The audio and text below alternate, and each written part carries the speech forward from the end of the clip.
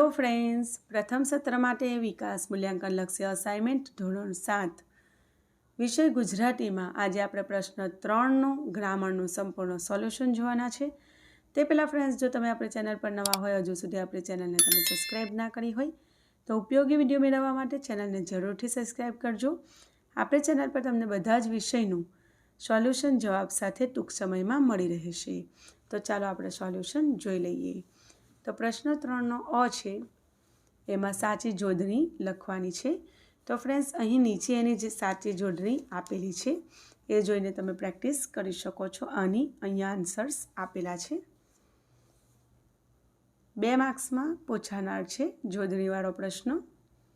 આગળ પ્રશ્ન 3નો બ છે, એમાં સમાનાર્થી શબ્દ લખવાના છે. એ પણ 2 માર્ક્સમાં પૂછાનાર છે. તેના જવાબ પણ અહીંયા નીચે આપેલા છે. પડમ તો ઉત્તમ, સઘળા તો બધા, એ રીતે સજા તો શિક્ષા દંડ, એ રીતે જવાબ આપેલો છે. તમારે સામે બરાબર કરીને એના જવાબ લખી દેવાના રહેશે. આગળ પ્રશ્ન 3નો જે ક છે એમાં વિરોધાર્થી શબ્દો પૂછાનાર છે 2 માર્ક્સમાં. એમાં વચ્ચે ચોકડી પાડવાની, ધર્મ પછી વચ્ચે ગુણ્યા જેવું ચિહ્ન પાડીને અધર્મ, એ રીતે તમારે જવાબ પરીક્ષામાં લખવાનો. પોતાનું તો પાડકું, ખર્ચ તો બચત, પસંદ તો એનું વિરોધી નાપસંદ, એ રીતે અહીં જવાબ આપેલા છે. તમે જોઈ શકો છો, સરળ પણ છે. આગળ જોઈએ તો પ્રશ્ન 3નો જે ડ છે એમાં શબ્દ સમૂહ માટે એક શબ્દ લખવાનો છે.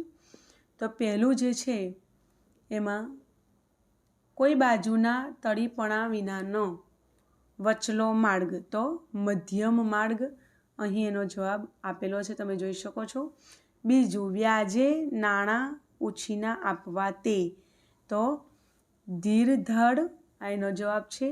ત્રીજું, શેત કાઢીને તાજું દોહેલું દૂધ, તો શેડ કઢું, એનો જવાબ છે. એ રીતે બધાના જવાબ નીચે આપેલા છે. તમે જોઈ શકો છો. 10 એ 10 શબ્દ સમૂહના શબ્દ આપેલા છે. આગળ પ્રશ્ન 3નો ઈ છે, એમાં રૂઢિપ્રયોગનો અર્થ આપીને વાક્યમાં પ્રયોગ કરવાનું છે. તો ફ્રેન્ડ્સ, અહીં અર્થ તો આપેલો છે, વાક્યમાં તમારે તમારી રીતે તમારી પસંદનું વાક્ય બનાવવાનું રહેશે. પહેલું છે ટેક વણવી, તો સંકલ્પને વળગી રહેવું, તેનો તમે તમારી રીતે અહીંયા આન્સર આપેલા છે, ઉપર સવાલો છે એના, અને એના આધારે તમે એનો વાક્ય પણ બનાવી શકો છો.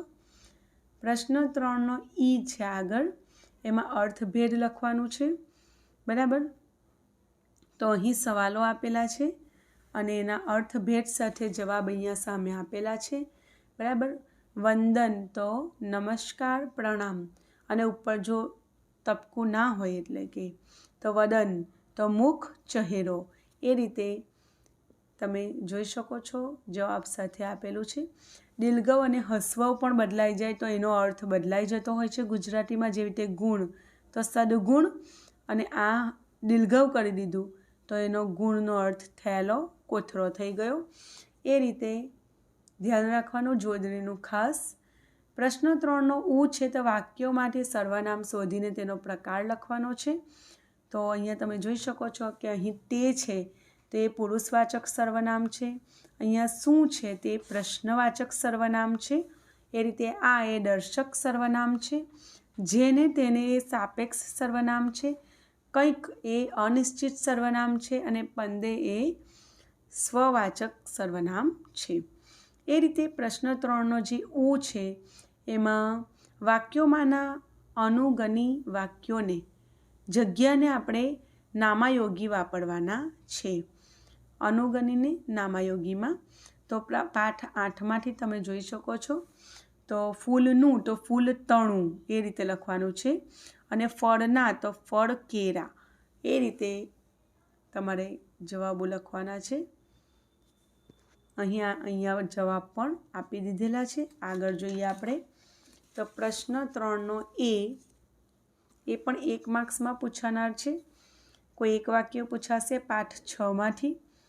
એમાં વિરામ ચિહ્નનો ઉપયોગ કરીને વાક્ય ફરી લખવાનું છે. તો વાક્ય છે એનું એ જ, પણ અહીંયા અલ્પવિરામ અને અહીંયા પૂર્ણવિરામ મૂકેલું છે જે વાક્યમાં આપેલું નથી. એટલે યોગ્ય જગ્યા પર યોગ્ય ચિહ્ન મૂકીને વાક્ય ફરીથી લખવાનું છે, વિરામ ચિહ્ન મૂકીને. આગળ નીચેના અનેકાર્થી શબ્દોના બે અર્થ લખવાના છે. તો ખાતર તો ચોરી, ખેતર સુધારવા, ના ખાતર જે છાણ હોય છે તે, અથવા કાપ વગેરે. એ રીતે એના 1થી વધારે 2થી વધારે અહીંયા અર્થ આપેલા છે. આંતરે તો દર ત્રીજે દિવસે, આંતરે આપણે જેને કહીએ છીએ ને તે ઘેરી લે, બરાબર. પછી નાગ તો સાપ, હાથી. એ રીતે એના જવાબો આપેલા છે.